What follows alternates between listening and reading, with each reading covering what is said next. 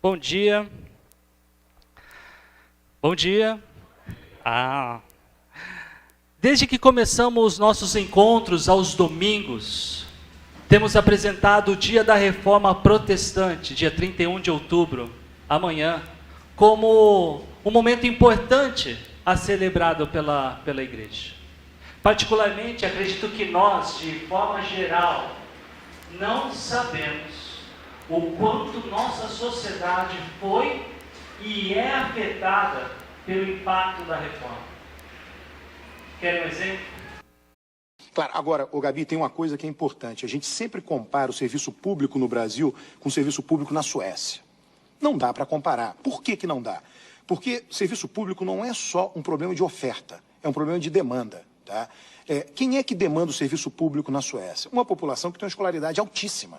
Tá? Quem é que demanda o serviço público no Brasil? Uma população muito pobre que tem uma escolaridade muito baixa. Por quê? Por quê?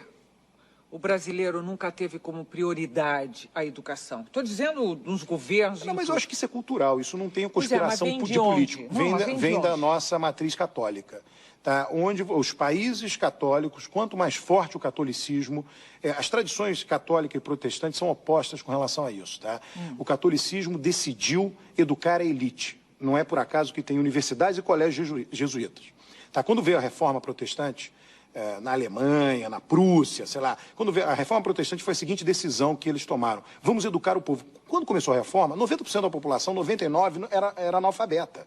Só era alfabetizada a coroa, os nobres e o clero. O resto, todo mundo era... Eles disseram, sabe uma coisa, vamos alfabetizar todo mundo, porque todo mundo tem que ler a Bíblia. Então, o sistema escolar massificado alemão foi criado numa composição entre a igreja luterana e a coroa local, que se converteu ao luteranismo, briga de poder. E aí a Igreja Católica começou a fazer vários experimentos para deter o protestantismo. Um deles foi a Companhia de Jesus, que funcionou maravilhosamente bem.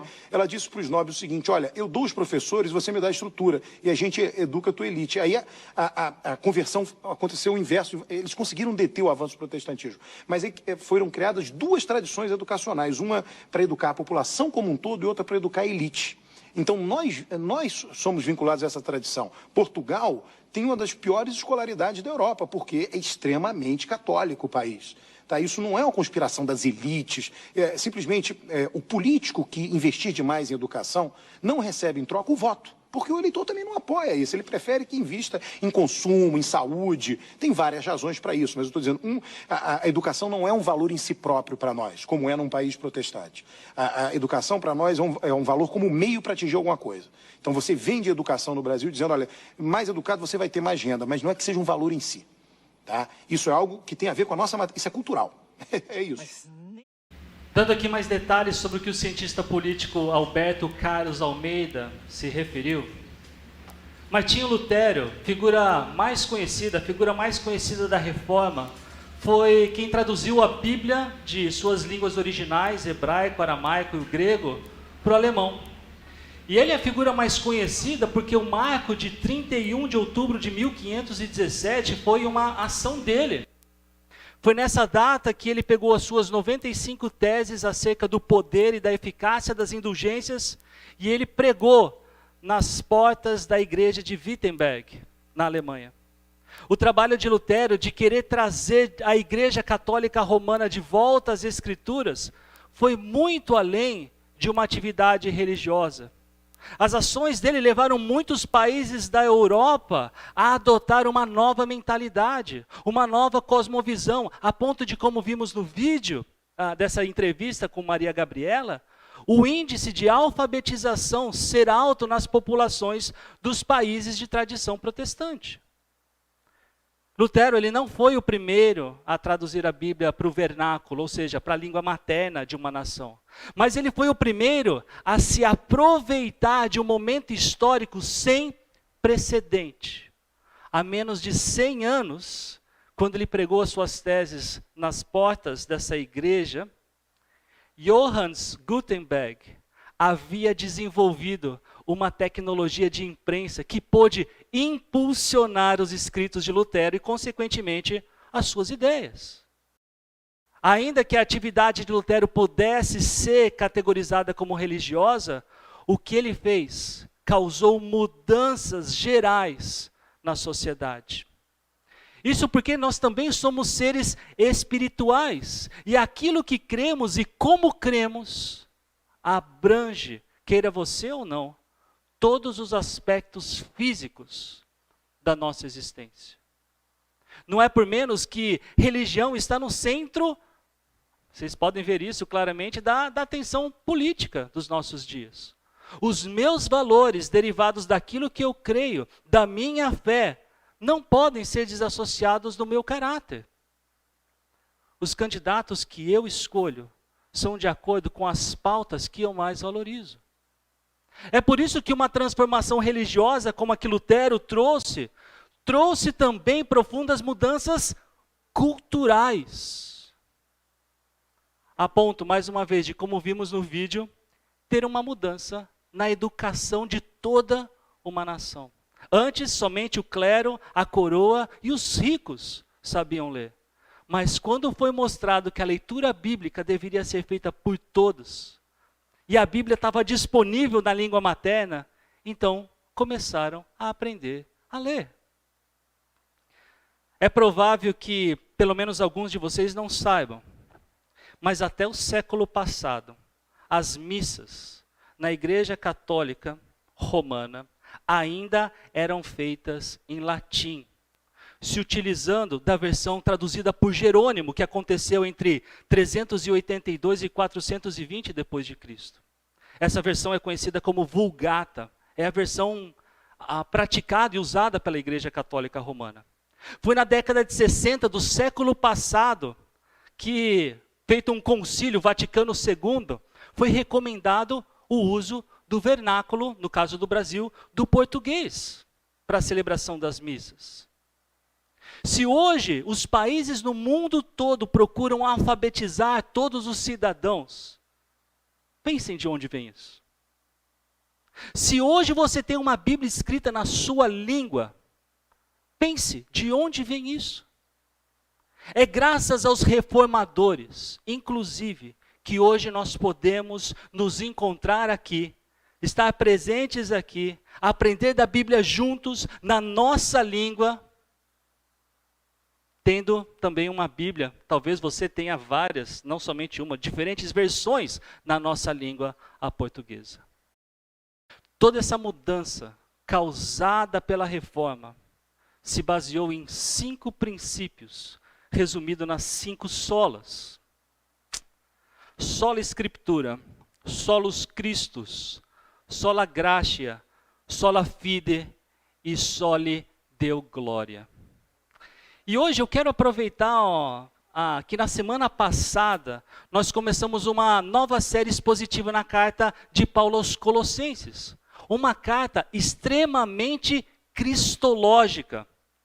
E eu queria então explorar com vocês 2 características de um desses princípios da reforma protestante, os solos Christus. Mas antes de observarmos esses 2 versículos chaves do nosso tempo aqui, eu quero orar com vocês. Senhor, muito obrigado pela oportunidade de estarmos juntos aqui, a oportunidade de poder livremente, poder cultuá-lo, adorá-lo, aprender da Tua palavra e fazer isso com irmãos, com irmãs e com pessoas que ainda estão buscando, que desejam conhecer mais de Ti. Senhor, obrigado por esse tempo. E que os ensinamentos que o Senhor tem para nós hoje sejam inesquecíveis. Não somente para que sejamos informados dele, mas para que nós anunciemos ele para todas as nações, para todas as criaturas. É que eu te peço em nome de Jesus. Amém. Então a primeira característica dos solos Christus que eu quero comentar com vocês, ela está em 1 Timóteo, capítulo 2, versículo 5, que diz assim: pois há um só Deus e um só mediador entre Deus e os homens, o homem Cristo Jesus, o qual se entregou a si mesmo como resgate por todos. Esse foi o testemunho dado em seu próprio tempo. Eu não cresci num lar protestante ou evangélico, e sei que vários de vocês também não. Enquanto católico romano, foi prática na minha vida orar para outras pessoas. Pessoas que já morreram, pessoas que eu identificava como mediadoras entre eu e Deus. A ideia era que essas pessoas, por serem mais santas, ou até mesmo por serem chamadas de santas pela igreja, tinham vantagem sobre mim, na hora de eu pedir alguma coisa, na hora de eu conversar com Deus. E dessa forma, os meus pedidos tinham mais chances de ser atendidos se eu fizesse pelo intermédio desses supostos santos. E de curiosidade, quem aqui, como eu, também já orou para algum santo? Ok? Muitas coisas poderiam ser ditas com base nesse versículo, mas eu quero focar no que os reformadores também insistiram. Que não há qualquer pessoa ou qualquer coisa que possa servir de ponte entre Deus e os homens, a não ser Jesus Cristo, que nasceu, cresceu e se entregou para morrer, para que cada um de nós, todos nós, tivéssemos a chance de sermos resgatados da culpa que o nosso pecado traz. Durante a época de Lutero, as indulgências estavam sendo vendidas de torto e à direito, para os caprichos do Papa e da liderança católica. Olha como o dicionário de Oxford, da Igreja Cristã, diz a respeito disso. O final da Idade Média viu o crescimento de abusos consideráveis, como a venda irrestrita de indulgências por perdoadores profissionais, cuja falsa doutrina e conduta escandalosa foram uma ocasião imediata da reforma e cujas atividades foram finalmente proibidas pelo Papa Pio V em 1567. Se a gente pensar que o marco da reforma foi em 1517, em 1567 houve uma proibição, imagina o quão poderoso não foi esse movimento da reforma nesse momento.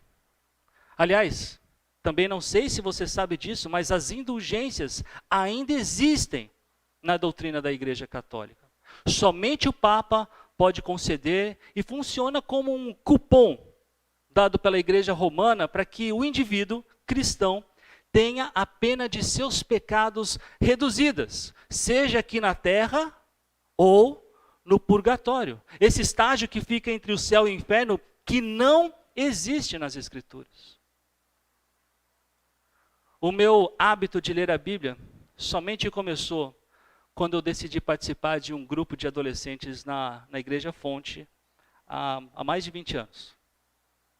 E semelhante à história de um ex-muçulmano com quem eu trabalhei como intérprete, à medida que eu lia a Bíblia, eu me surpreendia. Eram muitas informações que não batia com aquilo que eu conhecia, que eu pensava ser verdade. Então, houve o dia também que eu li essa passagem na carta de Timóteo.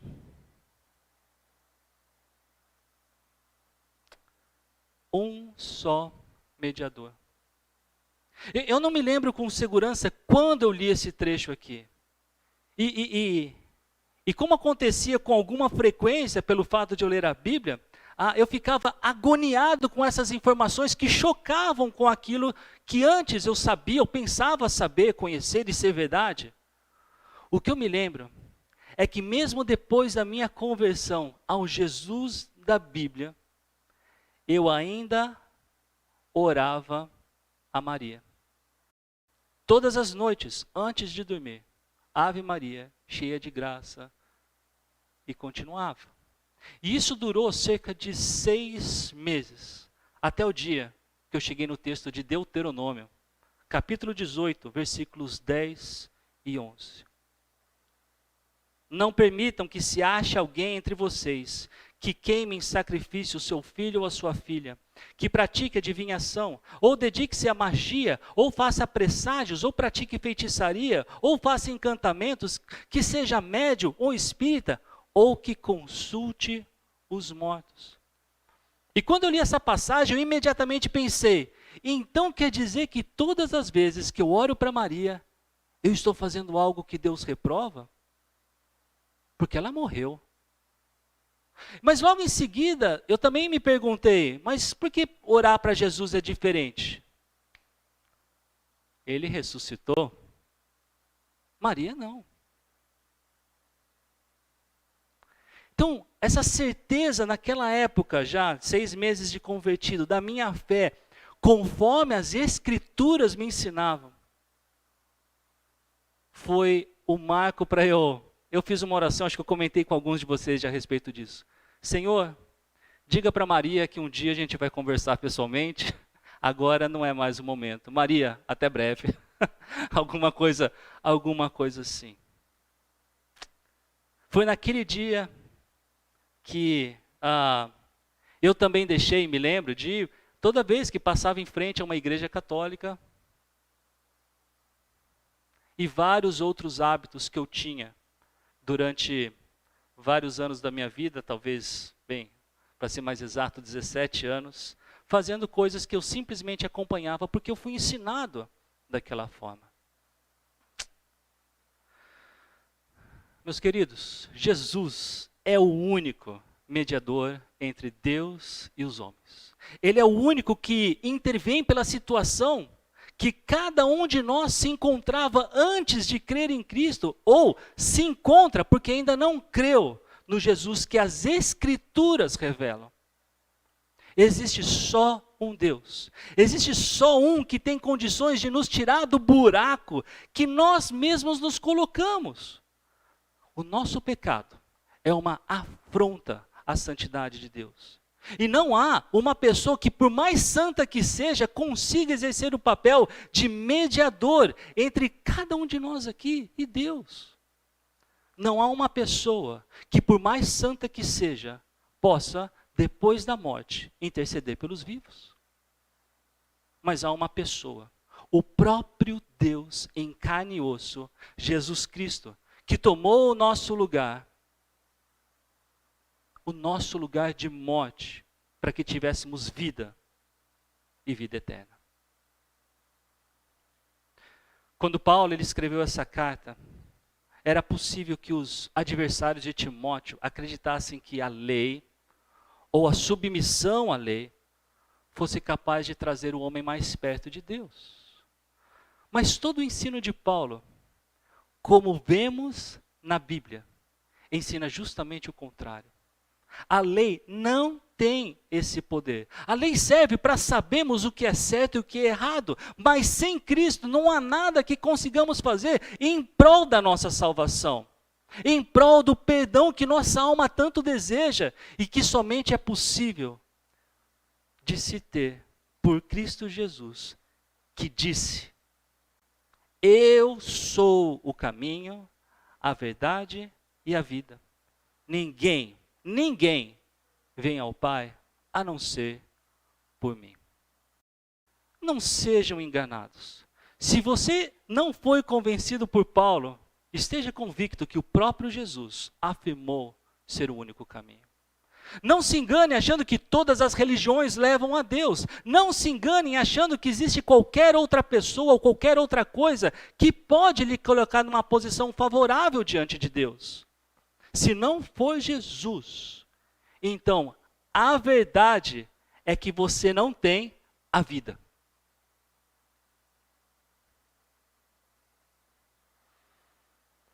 A segunda característica dos solos cristos que eu quero comentar com você está em Atos, capítulo 4, versículo 12, que diz assim: não há salvação em nenhum outro, pois debaixo do céu não há nenhum outro nome dado aos homens pelo qual devamos ser salvos. De certa forma, essa segunda característica somente ratifica o que nós vimos na primeira, porém ela de forma explícita mostra como Jesus é exclusivo e suficiente para a nossa salvação. Debaixo do céu, ou seja, entre toda a criação, não há ninguém a não ser Jesus capaz de nos salvar. Bom, repita comigo. Solos Christus. De novo, solos Christus. Somente Cristo. Somente Cristo. E a exclusividade da salvação por meio de Jesus, ela é tão clara que é comum perguntarmos às pessoas, se aquelas que já creram, ou se elas creem, se elas têm Jesus Cristo como único e suficiente Salvador. Se Arnaldo César Coelho fosse comentar esse texto aqui, talvez ele diria algo como: a regra é clara. Não há nenhum outro nome ou nenhuma outra coisa que pode nos dar a salvação. Santo Antônio salva? Não. São Pedro salva? Não. São João salva? Não. Maomé salva? Não. Buda salva? Não. Moisés salva? Não. Maria salva? Não. Nenhum destes salva e nenhum desses media o nosso relacionamento com Deus. Como escreveu o teólogo David Peterson, o ponto desse texto é que o nome de Jesus é a decisão inescapável sobre a salvação.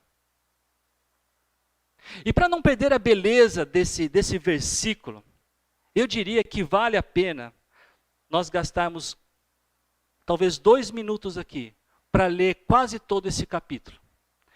Eu não tenho ele nos slides, então se você tem ele no seu dispositivo ou na sua Bíblia, essa é a hora de você abrir lá em Atos, capítulo 4. Eu vou ler ele na Nova Versão Internacional. Atos 4, eu vou até o versículo 21, eu não vou até o final do capítulo. Mas ver esse trecho, esse versículo dentro dessa narrativa, dá cores para o nosso texto. Diz assim, Atos 4, a partir do versículo 1. Enquanto Pedro e João falavam ao povo, chegaram os sacerdotes, o capitão da guarda do templo e os saduceus. Eles estavam muito perturbados porque os apóstolos estavam ensinando o povo e proclamando em Jesus a ressurreição dos mortos. Agarraram Pedro e João e, como já estava anoitecendo, os colocaram na prisão até o dia seguinte. Mas muitos dos que tinham ouvido a mensagem creram, chegando o número dos homens que creram a perto de 5.000. No dia seguinte, as autoridades, os líderes religiosos e os mestres da lei reuniram-se em Jerusalém. Estavam ali Anás, o sumo sacerdote, bem como Caifás, João, Alexandre e todos os que eram da família do sumo sacerdote. Mandaram trazer Pedro e João diante deles e começaram a interrogá-los. Com que poder ou em nome de quem vocês fizeram isso? Então Pedro, cheio do Espírito Santo, disse-lhes: autoridades e líderes do povo, visto que hoje somos chamados para prestar contas de um ato de bondade em favor de um aleijado, sendo interrogados acerca de como ele foi curado, saibam os senhores e todo o povo de Israel, que por meio do nome de Jesus Cristo, o Nazareno, a quem os senhores crucificaram, mas a quem Deus ressuscitou dos mortos, este homem está aí curado diante dos senhores. Este Jesus é a pedra que vocês construtores rejeitaram e que se tornou a pedra angular. Não há salvação em nenhum outro, pois debaixo do céu não há nenhum outro nome dado aos homens pelo qual devamos ser salvos. Vendo a coragem de Pedro e de João, e percebendo que eram homens comuns e sem instrução, ficaram admirados e reconheceram que eles haviam estado com Jesus. E como podiam ver ali com eles o homem que fora curado, nada podiam dizer contra eles. Assim, ordenaram que se retirassem do sinédrio e começaram a discutir, perguntando: que faremos com estes homens? Todos os que moram em Jerusalém sabem que eles realizaram um milagre notório que não podemos negar. Todavia, para impedir que isso se espalhe ainda mais entre o povo, precisamos adverti-los de que não falem mais com ninguém sobre esse nome. Então, chamando-os novamente, ordenaram-lhes que não falassem nem ensinassem em nome de Jesus. Mas Pedro e João responderam: julguem os senhores mesmos, se é justo aos olhos de Deus obedecer aos senhores e não a Deus. Pois não podemos deixar de falar do que vimos e ouvimos. Depois de mais ameaças, eles os deixaram ir. Não tinham como castigá-los, porque todo o povo estava louvando a Deus pelo que acontecera. Além de desejar que o versículo 12 ganhasse mais cores, meu outro e mais importante desejo aqui é semelhante à do reformador Philippe Melanchthon, ele era amigo pessoal de Lutero. Ele disse que conhecer Cristo não é entender a forma como ele se encarnou. Conhecer a Cristo é entender seus benefícios. E não é que não seja importante o primeiro, mas a onda que os reformadores surfaram era diferente da onda que os pais da igreja surfaram. Os primeiros, os pais da igreja, buscaram conhecer a pessoa de Jesus Cristo. A ênfase dos reformadores estava mais nas obras de Jesus Cristo. E nosso texto claramente mostra que a obra-prima do nosso Senhor foi proporcionar graciosamente a nossa imerecida salvação, única e exclusivamente por meio de Jesus, a quem Pedro interpreta a rocha do Salmo 118, quando ele diz no versículo 11, este Jesus é a pedra que vocês construtores rejeitaram e que se tornou a pedra angular.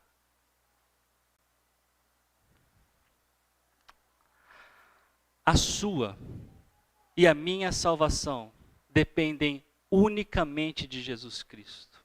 Nossa única tarefa é nos submeter à verdade bíblica com fé. Ou seja, é entender quem Jesus realmente é e o que ele fez, conforme o que Deus revelou nas Escrituras. A minha conversão foi basicamente esse processo. Apesar de conhecer o nome Jesus Cristo, eu não conhecia quem de fato ele era, segundo as Escrituras. Apesar de saber do nome Jesus, eu não conhecia o Evangelho. Para mim, a salvação dependia daquilo que eu conseguia fazer de bom. Para Deus, a salvação nunca dependeu daquilo que eu conseguia fazer, mas do que Jesus havia feito. Ele morreu por mim e por vocês. Como alguém que não tinha pecado, o sacrifício dele, visto pelo Pai, foi visto pelo Pai como pleno, como suficiente, um presente para a humanidade. Nessa semana, conversando com um amigo, ele disse, é difícil aceitar esse presente de Deus. Nós queremos fazer algo em troca, nós queremos pagar pelo que Deus nos deu. E com isso, ele e eu concluímos, e seria possível pagarmos pela vida eterna?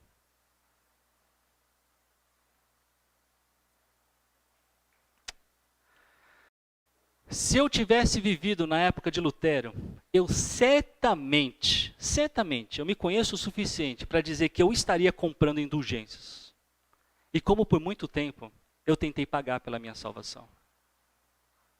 Para muitos de vocês, o que eu trouxe de mensagem pode ser interpretado aqui como chovendo molhado.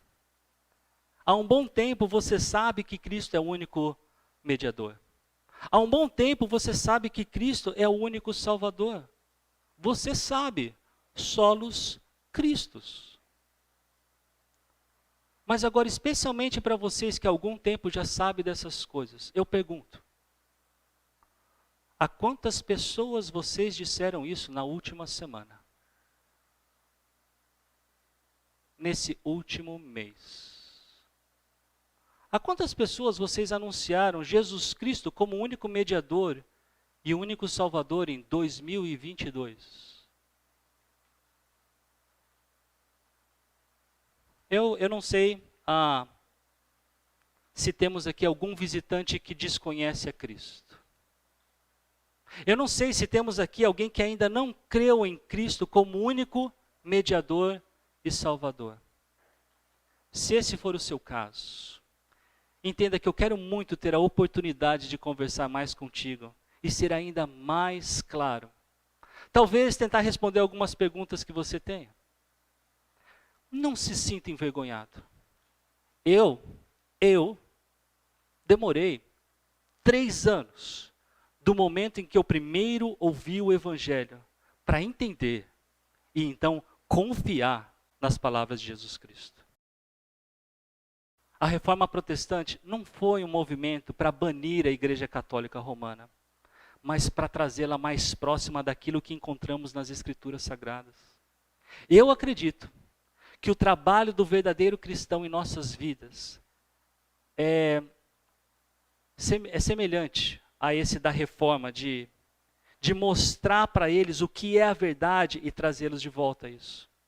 Quando apresentamos Jesus, especialmente na região onde nós moramos, nós não fazemos isso como se ele fosse totalmente desconhecido.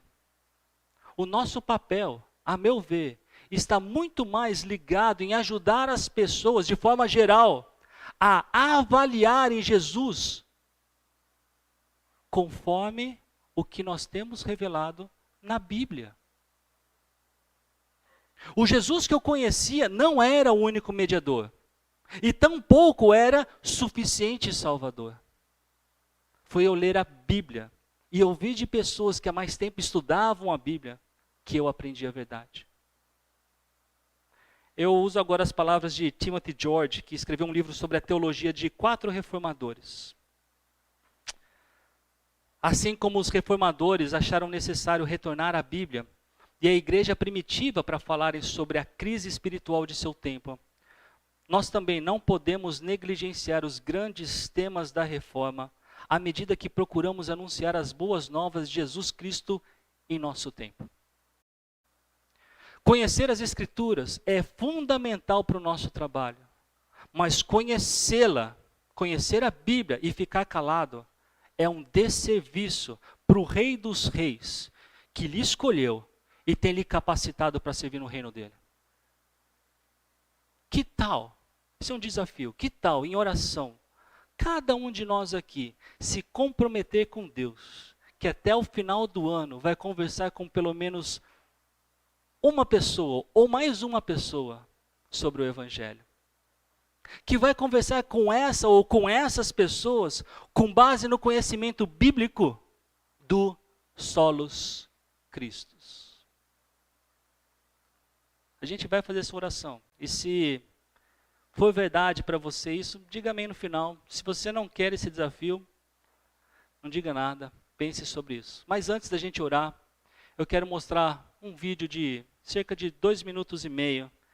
É um vídeo, acho que, da época da Dani. Olha lá, gente. É um filme bem legal, mas é em preto e branco.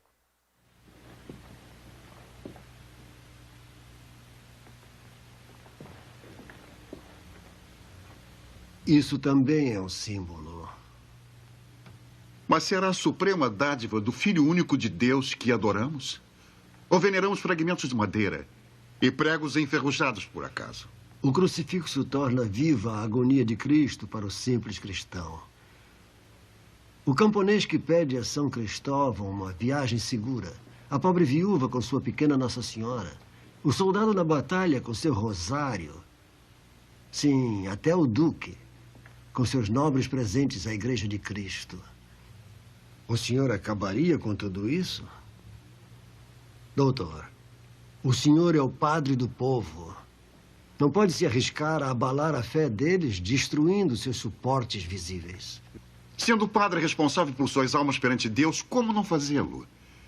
Símbolos que inspiram devoção, sim. Mas muletas que sustentam uma fé enfraquecida? Doutor, de onde vem esta dúvida súbita? Não é uma dúvida súbita, mas uma certeza crescente. Caro vigário, a pouca certeza que tenho me foi dada pelo senhor. Ouviu meu pecado, mandou-me a Roma para fortalecer minha fé, mandou-me as escrituras para encontrar meu Deus. Trouxe-me aqui a Vitemburgo para pregar sua palavra.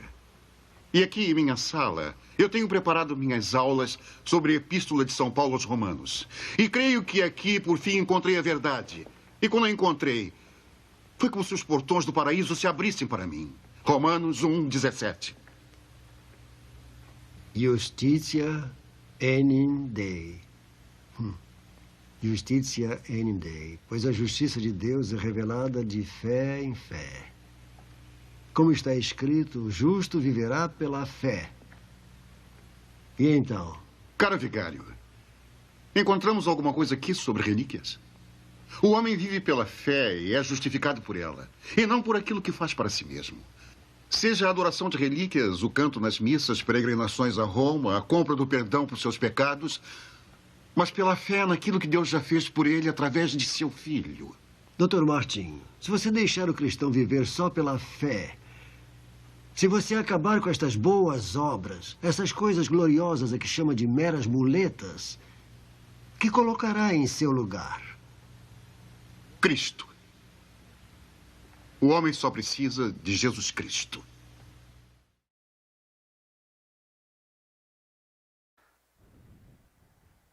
Pai, muito obrigado. Obrigado porque por tamanho amor que o Senhor tem por nós, o Senhor enviou o seu Filho único, Jesus Cristo, para que morresse pelos nossos pecados.